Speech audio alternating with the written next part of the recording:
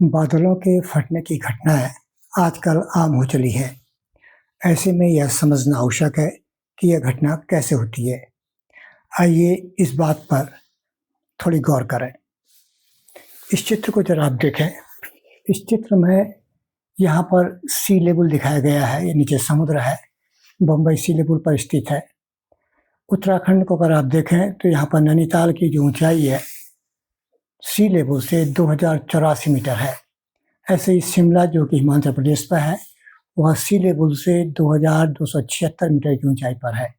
अगर आप लेह लद्दाख को देखें तो ये करीब करीब 2750 मीटर की ऊंचाई पर है। अगर आप एवरेस्ट जो कि हिमालय में है उसको देखें तो उसकी ऊंचाई जो है 8848 मीटर है। यह बात समझने की है कि बादल फटने की घटनाएं अमूमन पहाड़ों पर होती है, और पहाड़ों पर ये कैसे होती हैं इसको आइए जरा प्रयास करें समझने का। इस चित्र में आप देखिए कि यहाँ पर ये नीचे जो सी लेवल है, सी जो है यहाँ से लगातार बादल उठकर आ रहे हैं, और ये बादल ऊपर आते आते इन पहाड़ों से जब टकराते हैं तो अपनी ऊर्जा खो देते हैं। ऊर्जा खो देते हैं तो यहीं पर को फिर ये संघनित हो जाते हैं, और संघनित होकर ये करीब करीब एक बादल का एक कॉलम बना लेते हैं।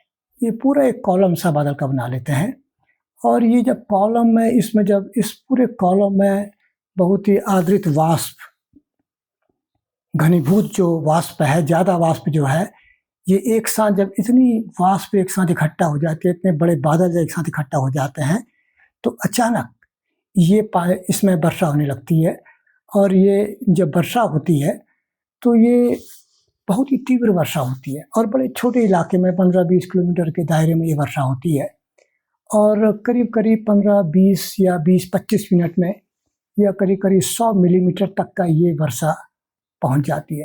जब इतनी ज़्यादा वर्षा किसी स्थान पर होती है तो फिर अगर प्रॉपर ड्रेनेज सिस्टम नहीं है तो फिर नदियों में बाढ़ आती है, भाई भूस्खलन होना है, टूट फूट होनी है, ये अनेक टाइप की जानमाल का नुकसान इसमें, अत्यधिक जानमाल का नुकसान इसमें हो जाता है।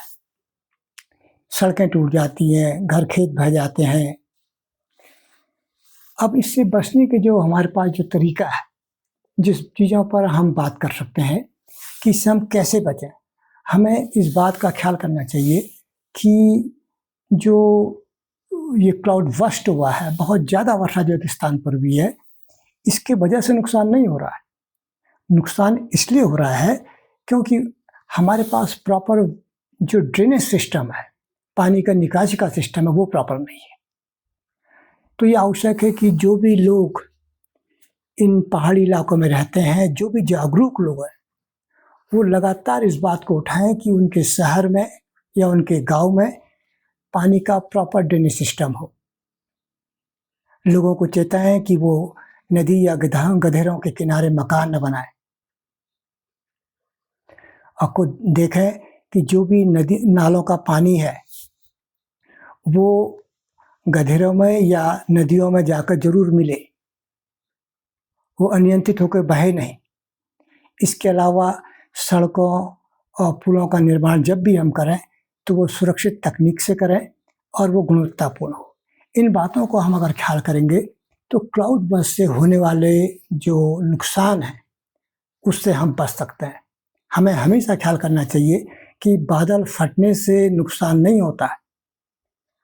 नुकसान इसलिए हो रहा है कि हमने जल निकासी का उचित प्रबंधन नहीं किया और समय रहते नहीं किया। अगर हम समय रहते हुए इन बात को चेतें और इस व्यवस्था को करें, प्रॉपर जल प्रबंधन करें, तो फिर बादल फटने जैसी घटनाएं नुकसानदायक नहीं होंगी।